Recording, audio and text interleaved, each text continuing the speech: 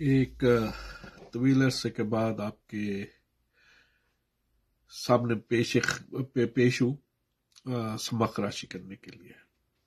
کتاب اللہ کی عادت ہے، اور چونکہ رمضان شریف آج یا کل شروع ہو جائے گا، خیر سے سب سے پہلے تو میری طرف سے آپ کو مبارک ہو رمضان شریف کی۔ تو جہاں مہنگائی اور یہ دوسری لعنتیں پاکستان میں عام ہوں گی، وہیں پہ گداگری یا بھیک مانگنا، یہ بھی اپنے ایک لعنت ہے اپنے ملک میں، جس کے اوپر زیادہ سے زیادہ توجہ کی ضرورت ہے۔ اور میرا اپنا تو ماننا یہ ہے کہ چونکہ حکومت ہی ہماری حکومتیں ہی مافیا کی حکومتیں ہیں، اس لیے انہوں نے کچھ نہیں کرنا۔ ہاں، آپ اپنے طور کے اوپر کچھ کر سکتے ہیں، اور وہ یہی ہے کہ جتنی بھی کو ہو سکے ان منافع خوروں کی، ذخیرہ اندوزوں کی حوصلہ شکنی کی جائے، اور اس کا یہی ہوتا ہے کہ طریقہ ہے کہ ان کا بائیکاٹ کیا جائے۔ اور ابھی چونکہ گداگری بھی ذرا مافیا پھیل چکے ہیں پورے پاکستان میں، تو بڑی اچھی تحریر ہے۔ کتاب کا نام جیسے پہلے بتایا آپ کو، اللہ کی عادت، لکھنے والے ہیں ڈاکٹر غلام جیلانی برگ، ضرور پڑھیے گا۔ اور شروع کرتا ہوں میں۔ چیپٹر ہے گداگری۔ پاکستان میں گداگروں کی تعداد غالباً دنیا بھر کے گداگروں سے زیادہ ہے۔ جہاں جاؤ، اسٹیشن ہو یا بسوں کا اڈا یا بازار ہو یا عدالت، بھکاری آپ کا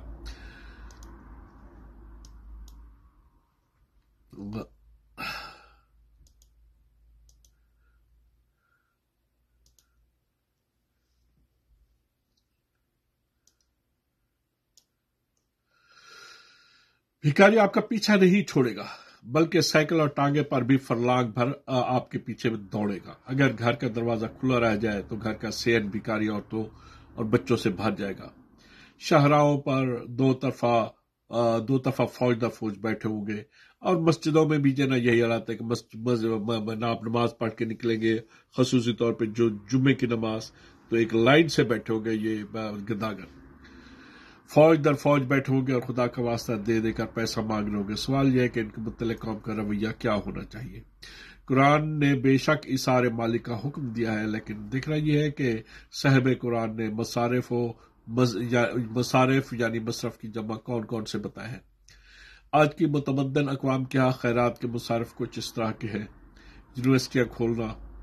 انگلستان کی دو مشہور یونیورسٹیاں یعنی آکسفورڈ اور کیمبرج عوام کی خیرات سے چل رہی ہیں۔ لائبریریاں، شفا خانے، عجائب خانے، تفریحی کلب، یتیم خانے، جسمانی فضائی اور بحری تربیت گاہیں، مختلف فنون کے کالج، تجربہ گاہیں، رصد گاہیں وغیرہ جاری کرنا۔ نادار طلباء کے وظائف باندھنا، بیکاروں کو کوئی کام سکھانے کے لیے مختلف اداروں کا اجرا۔ سیلابوں، زلزلوں اور دیگر حادثوں سے تباہ شدہ بستیوں کی دل کھول کر مدد کرنا۔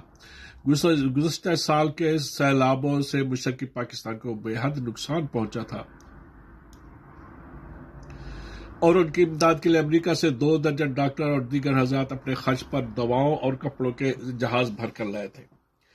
موذی امراض کے خلاف جنگ کرنا۔ آج سے 4 برس پہلے امریکہ کے کئی ڈاکٹر دک کی ایک مشہور دوا منڈوں کے حساب سے پاکستان لائے تھے، اور انہوں نے 1 کروڑ پاکستانیوں کو مفت ٹیکے لگائے تھے۔ اچھا، یہاں یہ بتا دوں کہ یہ کتاب جو ہے نا 50s میں لکھی گئی تھی، 1950s میں، تو اس لیے جو نا مشرقی پاکستان کا بھی جو آپ کو زیادہ سننے کو ملے گا، اور اس طرح جو نا مطلب یہ جو نا الفاظ۔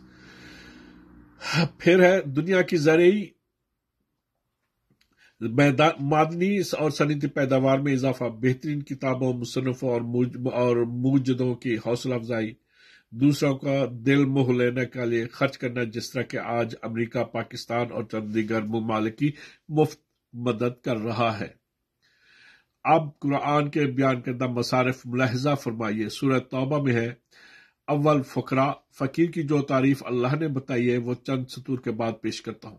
2 مسکین، منتہی العرب میں مسکین کے معنی، منتہی العرب میں مسکین کے معنی وہ پیشہ ور بھی دیے ہوئے ہیں جن کی آمدنی ان کے عیال کے لیے ناکافی ہو۔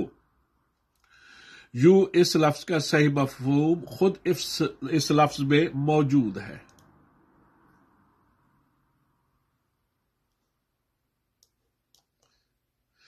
اس کا ماخذ ہے سکن، جس کا معنی ہے سکون یا خانہ نشینی۔